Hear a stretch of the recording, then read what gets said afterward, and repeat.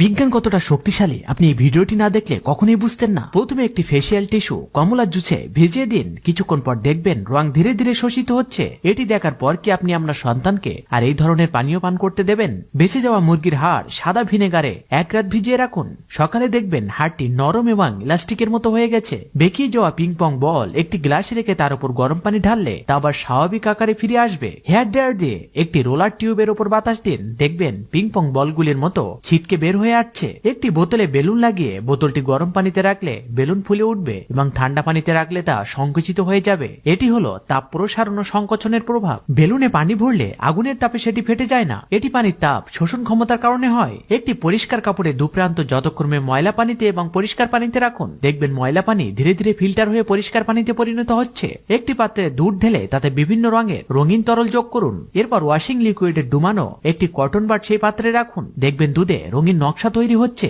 ডিমের কুসুম আলাদা করতে একটি খালি বোতল দিয়ে ডিমের কুসুমের ওপর চাপ দিন, বোতলটি আলতো করে চেপে ধরলেই কুসুমটি আলাদা হয়ে যাবে। এখন কিছু লাইক সাবস্ক্রাইব পাওয়া যাবে কি?